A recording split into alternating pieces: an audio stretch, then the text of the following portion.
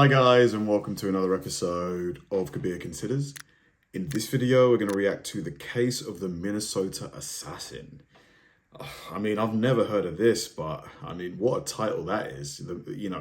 How many people did he take out, or did he only just attempt to take people out? Like, what went down here? This unsuspecting man is about to show just how much of a monster he really is. On September 12, 2021, this man, 38-year-old Antoine Suggs, assassinated 4 innocent people in the middle of the night. Our small team of investigative reporters has gathered the footage and case details about Antoine and how all 4 murders came to be in order to present the whole story in its entirety for the first time ever. This all started very early in the morning a few days prior on September 8th. Antoine arrived in Minnesota via airplane from his home state of Arizona, and footage shows that nothing seems to be out of the ordinary. But that changes very soon.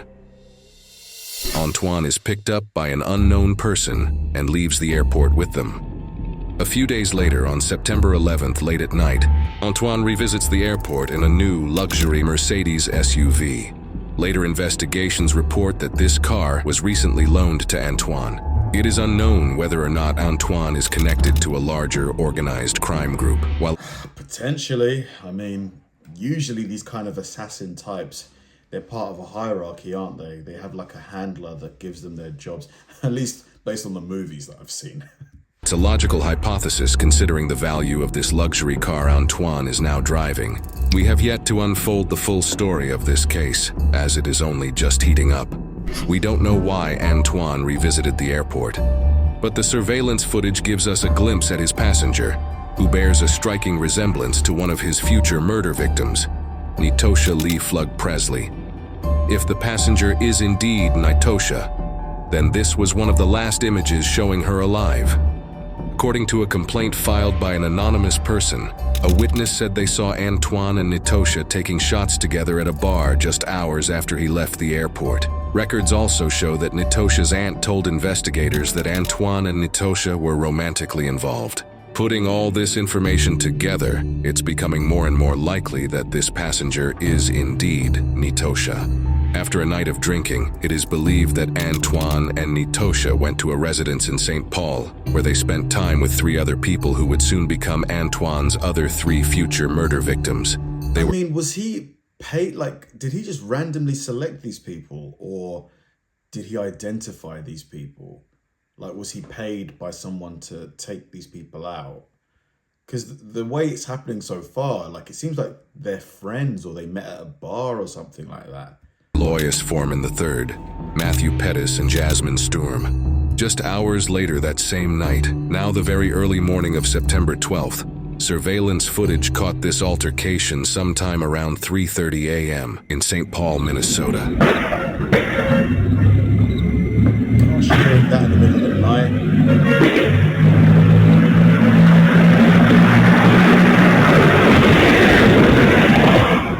Wow, that car is super fast. In this footage, we hear gunshots and then that same Mercedes car speed through the streets. It is clear this is when the murders happened, but what Antoine does after this is quite shocking. On the same day around 10 a.m., after driving around for many hours trying to figure out what to do with the dead bodies, Antoine decided that he needed help hiding the bodies. So he makes plans to meet up with his father, 56-year-old Darren Osborne, at a gas station during the day. Antoine's plan was to have his father follow him into western Wisconsin to a cornfield where they would find an inconspicuous place to dump the car with the bodies in it. Osborne later told officers that he had no idea at this point there were bodies in Antoine's car. On the way to meet with his father, Antoine stops at a different gas station than the one planned for the... This is insane. His dad's helping him. Is his dad part of the crime organization or whatever system that he works in? Or did he just ask his dad's help because he was in a bad situation and his dad was innocent before this? So messed up, isn't it? Meet-up spot. In this disturbing surveillance footage that shows this particular stop, You can even see one of the deceased victims in the passenger seat, limp and showing no signs of life. And while those bodies are in the car, Antoine is inside the gas station, paying for his gas just like it's another normal day. Antoine continued traveling to the meetup spot, moving from St. Paul, Minnesota to Dunn County, Wisconsin. This time, stopping at the originally planned gas station. We see him and his father convene at the gas station and they speak a bit before driving away. It is presumed Antoine had now moved the body out of the front passenger seat, considering his father would have clearly noticed a deceased human being sitting in the car. That is, if Antoine's father is telling the truth.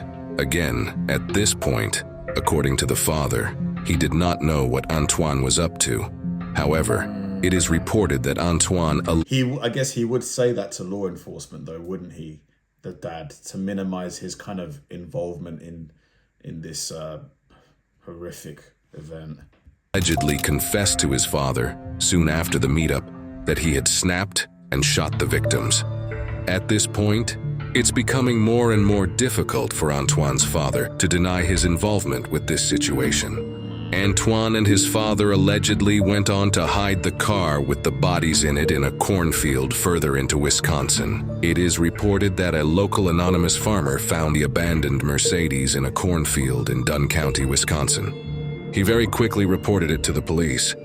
At this time, no one knew of Antoine's or his father's involvement. However, we do have body cam footage that details some of the officers' experiences investigating the car in the cornfield with the deceased victims in it. What they find is extremely brutal. That's where we're gonna go in, right here.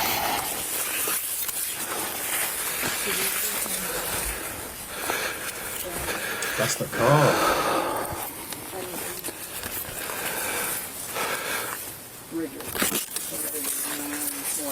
Yeah, we can do it. Something just for... Man, those victims, you just got... We did open the back door. families We need to and open the back everything. door. Do we know if that one in the back on the far right is male or female? Do you know? The one on the far back? The behind the driver? I thought it was a female. So they were stiff when you moved them? Is Yes. that somebody said? I opened that door. I basically went like this, and it was just, hard. Gosh, imagine, seeing stuff like this regularly. It must do something to you. Like, seeing like corpses, murder victims. Stiff, rigor, whatever you want to call it. Obviously, the male, we didn't check anything on him. I thought there was like a hole. Looks like there might be blood pooling in his ear, or I thought maybe that was an entry or exit wound. I'm not sure. Thank you, guys. Thank you. I ran out. Well, it looks like if an actual key started down push button too. There's no keys in the ignition. How much blood on their shoe? See that? Yeah, it's pooled, yeah. Definite bullet wound to the right side of the face, right side of the ear on him, on the male. That's what I thought. These officers are taking careful note of entry and exit wound details for a very important reason. This detail alone is extremely helpful in determining if the murders were committed with intent or in self-defense. I mean, that looks like an entrance wound right there. It didn't look like an exit wound to me. I'm guessing she got shot in the body, though. Yeah, there's blood on her left arm and on her right, and it's old. It's so, impressive how the police are able to, discover how these shootings went down, by looking at, how the bullet, the impact on the body, whether it's going in or coming out, that kind of stuff. How are they able to make these deductions? Right shoulder, man. Yep.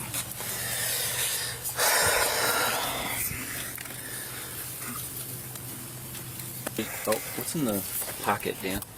There, dried blood. Yeah. Oh yeah, it's dripping right now. Oh yeah. Male and shot wound to the head. Yep. There's the exit wound over here. See on the front seat, Yeah. right below, right where the shoulder rest is, that white stuff, is that brain matter or skull particulates? Hard to say. Skull. Cause she wearing her seatbelt still? No, I couldn't tell if it was I just think they put it behind her. Behind her. Just probably so that it wouldn't beep. Because the weight's in there, so it'd beep. I want to know where the gunshot wound is on this other gal. How do you have exit wounds and there's no damage in the vehicle? Gosh, I hope these officers, you know, they get work phones. I wouldn't want to have photos of the victims, you know, in the car on my personal phone. God, imagine your kids like at home just going through your pictures and they see that. Cool. Well then, but also if it's a headshot, wouldn't she have splatter? I mean, you got splatter on him, but it's just weird. Well, his is coming from his nose. You know, that's just draining from the nose from the brain shot. Oh yeah. Alright, well, did we look through the... Well, let's just get out of here, I guess. We'll go talk to Kyle. During later investigations, Antoine's Arizona ID card was found on the floor of the car, covered in blood. This pointed the officers directly to him and later his father as well, as more information was discovered after they reviewed the previously shown surveillance footage. Busted. Officers arrested Antoine's father first, and then charged Antoine with 4 counts of hiding a corpse. Antoine, now back in Arizona, turned himself in to the Arizona authorities. Antoine would now be brought back to St. Paul, Minnesota, the city where he committed the murders. This is where his dramatic legal trial would take place. Over the course of the next few days of Antoine's trial, he claimed, incredulously, that he acted in self-defense, in the killing and transporting... Self-defense? 4 people? I mean, come on. I mean, I'm not saying it's impossible that 4 people were trying to mug him or hurt him, but based on what we saw, no. Of the 4 victims. Like, he was laughing and stuff with one of the victims in the car, remember? The Mercedes. Which the prosecutors stated that they find improbable. Antoine has had a lengthy history of breaking the law, including multiple instances of unlawful possession of a firearm, possession of marijuana in a vehicle, driving with a suspended license, and much more. Even though Antoine had never racked up any charges nearly as serious as murder, this made it quite clear that Antoine is no stranger to criminal activity. During the trial, Antoine never gave any reason other than self-defense. He said the 4 victims were attempting to rob him, claiming he was the victim in this situation. However, going back to what the police learned about the entry and exit wounds of the bullets in the bodies, it's obvious this is definitely not a case of self-defense. Even though no one believed Antoine's excuse, he still gave no other reason as to why he did this.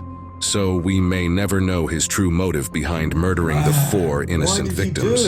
The jurors, after 6 hours of deliberation, decided that Antoine was found guilty on all 4 counts of second-degree intentional murder and was sentenced to 103 years in prison. His father, Darren Osborne, was charged with 1 count of aiding an offender.